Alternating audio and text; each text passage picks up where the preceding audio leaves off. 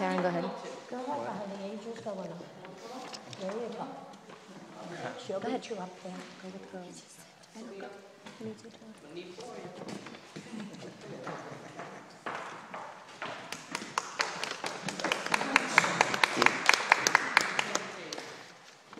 This one's your favorite? Here you go. Tamara, which one's your favorite? You want this one? Girls, which one do you want? Alright. Now let's so do engage what you guys have here. Hold it up so everybody can see. Come on, turn around. See the snowflakes? You got 2 snowflakes here and 2 rain droplets. Now, you see these snowflakes, girls? Look at each other's snowflakes. Riley, look at each other's snowflakes. Do you see them? They're different, right? They're not the same. Go ahead, put them up, let's see. You guys see? They're not the same, are they? No, they're different, just like all snowflakes are different, right? You know that?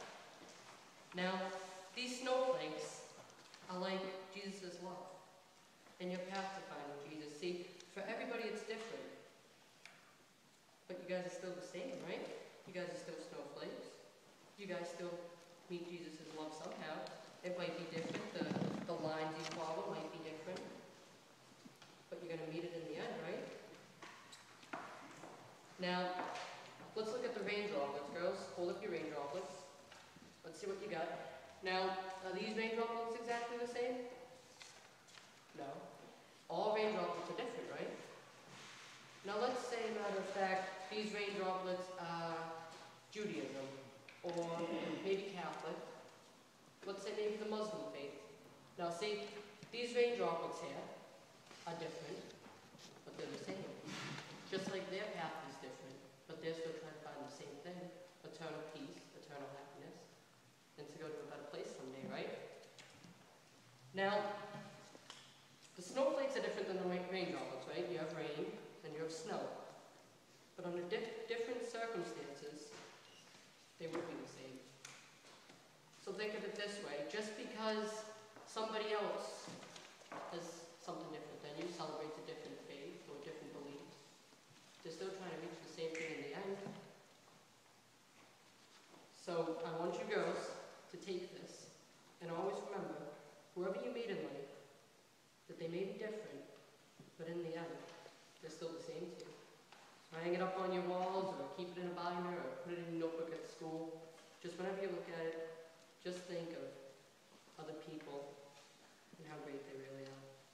Thanks, guys.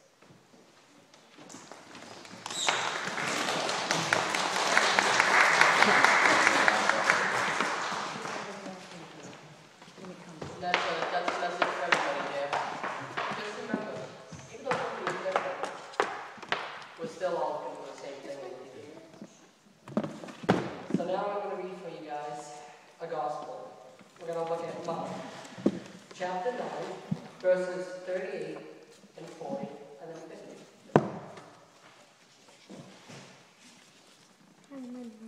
This is Mark speaking to Jesus. This is John speaking to Jesus. Teacher, said John, we saw a man driving out demons in your name, and we told him to stop, because he's not one of us. One of us meaning he wasn't a disciple. And we all know about the disciples and them thinking they're all holy great because they hang around Jesus all the time. Do not stop him, Jesus said. No one who does a miracle in my name can in the next moment say anything bad about me. For whoever is not against us is for us. I tell you the truth. Anyone who gives you a cup of water in my name, because you belong to Christ, will certainly not lose his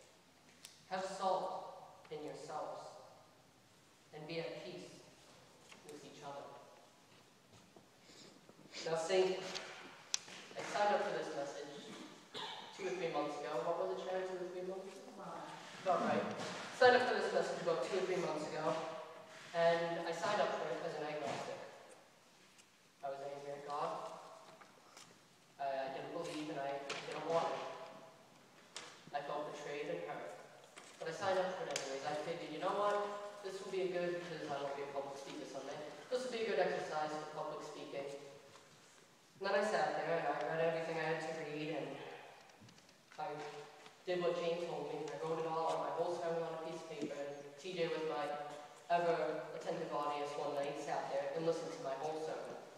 3 pages long, every line filled. And he listened, and at the end he told me it was fantastic. And I said, thank you. And we sat up that night really late, like 3, 4 in the morning. I woke up the next morning, took a shower, sat in my bed and read over it again. Read over the sermon I wrote. And I loved it. I loved every bit of it. Then I thought to myself, how can I stand in front of a congregation and read off a piece of paper something that comes to my heart as an agnostic? How can I preach to people beliefs that I don't believe in? And I said, no, I can't do that. So I took that sermon and I shredded it. TJ looked at me and said, you're crazy. What's wrong with you? And I said exactly what I just said. How can I have something that's not truly from my heart? So after long nights of no sleep and after countless hours in the classroom not paying attention to the teacher and more than 100 gallons of hot water wasted, like sitting in the shower, going over the sermon in my head, I have it figured out. And that's what I come with today. Now what I had to read was the Book of Esther. I just had to read a little piece of the Book of Esther, but I read the whole book, because it was fantastic. And anybody read the Book of Esther, it is fantastic. As I'm sure many of you know, Esther was a Jew who married the king Xerxes, which was the king of the greatest empire of that time. And Queen Esther kept her Judaism secret for whatever reason, but her uncle Mordecai was the one that told her, keep telling down, don't tell, So she did. Well, this man Haman was whatever. He was a high roller with the king Xerxes, and he got special praise. And finally, he would walk through the streets and everybody would bow to him. But not Mordecai, Esther's uncle. He refused to bow to this man. So in a fit of rage, Haman took all the Jews and began making genocide. He hung them, he killed them. He massacred these people for their beliefs. Now, Esther saved the people, and what I'm about to read to you. With this, we'll continue the rest. So the king and Haman went to dine with Queen Esther. Queen Esther held a banquet to discuss, to try to get Haman in the open. With Queen Esther, and as they were drinking wine on that second day, the king asked again, Queen Esther, what is your petition? It will be given you. What is your request? Even on half the kingdom, it will be granted. Queen Esther answered, if I have found favor with you, O king, and if it pleases your majesty, grant me my life. This is my petition. And spare my people. This is my request.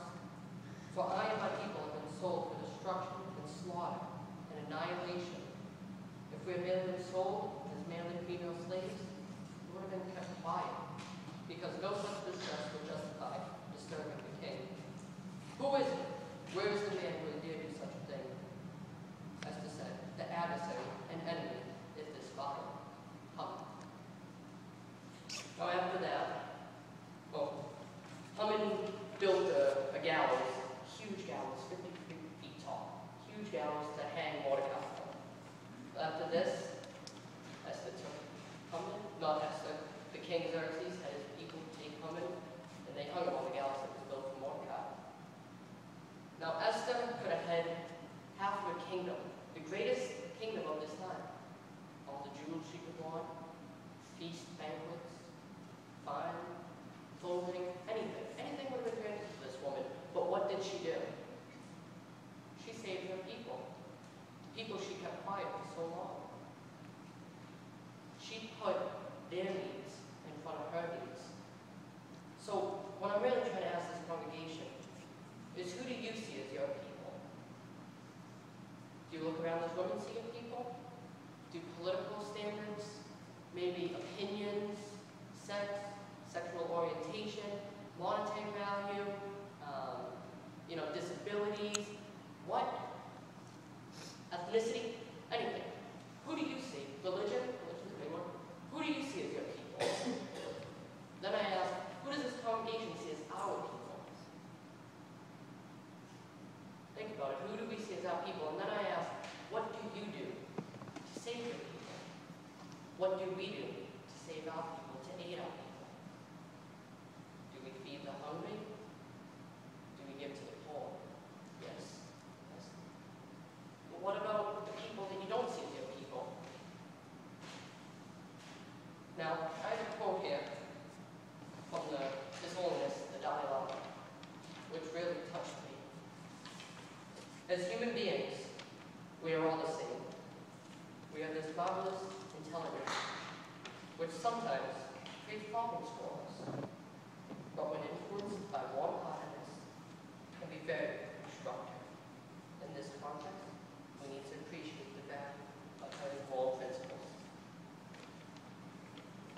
Now, see, I know who my people are. For a long time, I knew my people. My people were simple. My people were my family. My people were the people that loved me and that made me the man I am.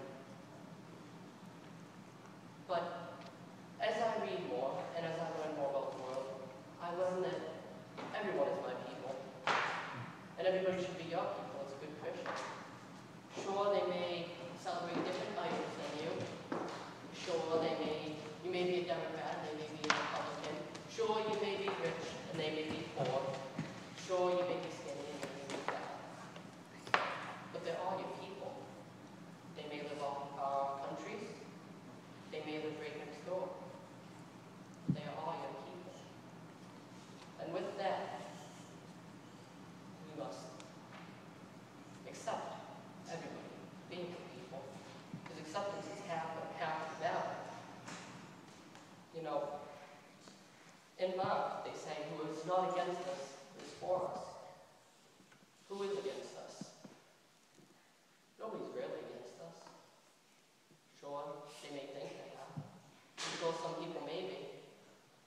But if we open up their hearts to love, to caring, then they will become our people. They will know what it means to truly love humanity as a whole, as we all should love humanity as a whole. Yesterday, I decided, doing this sermon, I needed to forgive others. I wrote letters to everybody I had wronged in life, and to everybody who has wronged me. And I have forgiven them, and I have been forgiven. And it's like a weight off of your shoulders. So, I want to do an exercise with this congregation. I'd like everybody to please rise.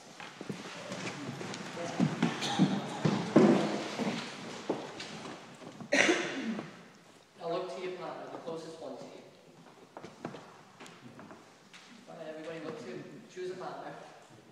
Now to be forgiven, as it's posted in the beginning of the bulletin, Matthew 6:14, if you forgive even when they sin against you, your Father will forgive you. So we must all forgive each other. So I ask you on the count of three, please, look at your partner. And if you don't have a partner, look at me. And on the count of three, we're all going to say, I forgive you for your sins. Ready? 1, 2, 3. I forgive you for your sins. Now, do you all truly mean it? Truly. No, seriously, I'm asking a question. Do you all truly mean it? Yes. Yeah. Do you all truly forgive each other for their sins?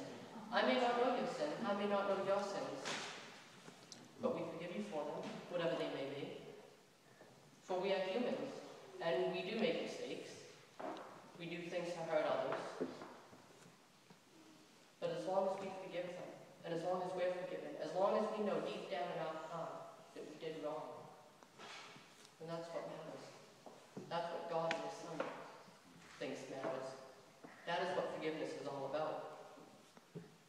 You cannot forgive somebody and not mean it, because God knows what's in your heart. And if you do not truly forgive them, then that does you no good. And And if you're not truly forgiven, and it doesn't do you any real good, as long as you admit your faults, that's what matters in life. You know, as a congregation, I believe that we're a tight-knit group of people. I love you all like family. I want to be part of this congregation for the rest of my life. And over what I have seen the past 2 months, I have turned my life to a new leaf. I have began accepting people, forgiving people. I have stopped fighting.